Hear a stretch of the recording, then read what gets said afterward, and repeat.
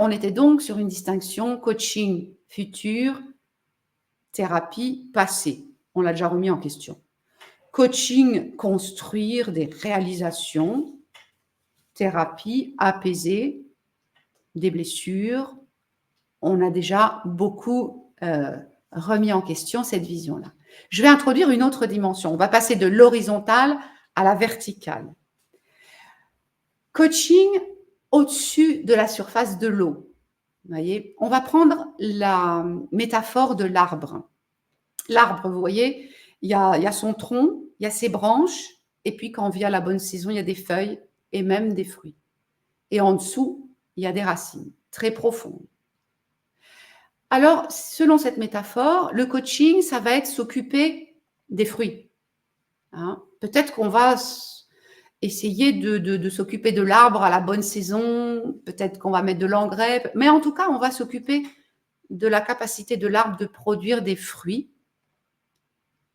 Ça, c'est le coaching. Quant à la thérapie, on va s'intéresser à l'arbre lui-même et on ira jusqu'à s'intéresser à ses racines.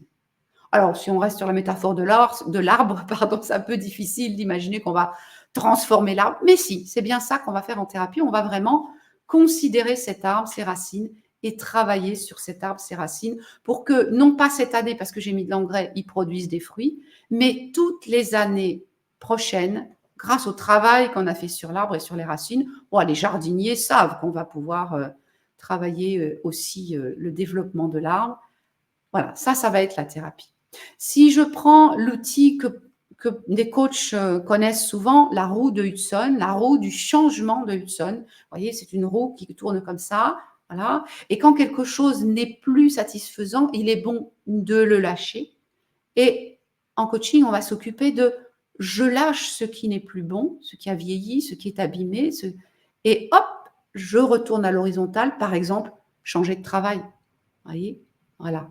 Hein, la moitié de la roue et je repars à l'horizontale au-dessus du niveau de l'eau pour produire de nouveaux fruits, trouver une nouvelle situation.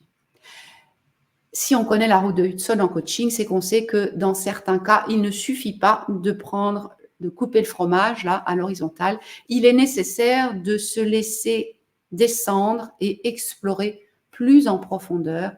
Qui suis-je? Qui je suis maintenant? Qui j'ai envie d'être maintenant? Qu'est-ce qui est important pour moi, etc.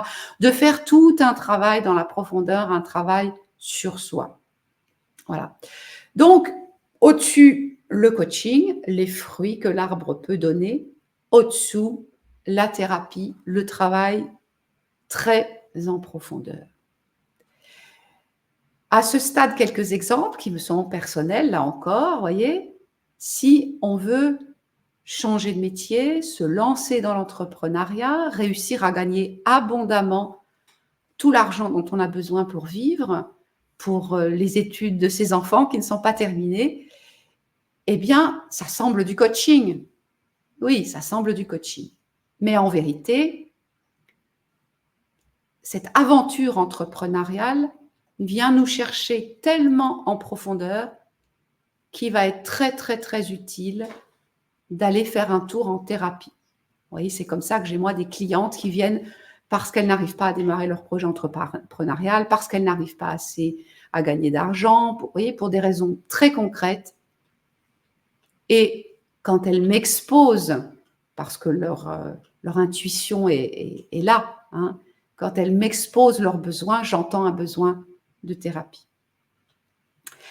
Inversement, quand je vais en thérapie, que j'apprends à m'affirmer davantage, que j'apprends, là ce ne sont pas spécialement des exemples personnels, mais bref, quand je vais en thérapie, parfois, ça va être aussi utile que j'aille faire un tour en coaching pour passer à l'action, parce qu'il va falloir peut-être quand même dans l'action aussi que je bénéficie d'un coup de main, que quelqu'un m'aide à structurer mon action, que quelqu'un m'aide à rythmer mon action.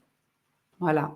J'ai rencontré dernièrement des coachs qui me disaient l'importance qu'ils voyaient à envoyer leurs clients également en thérapie.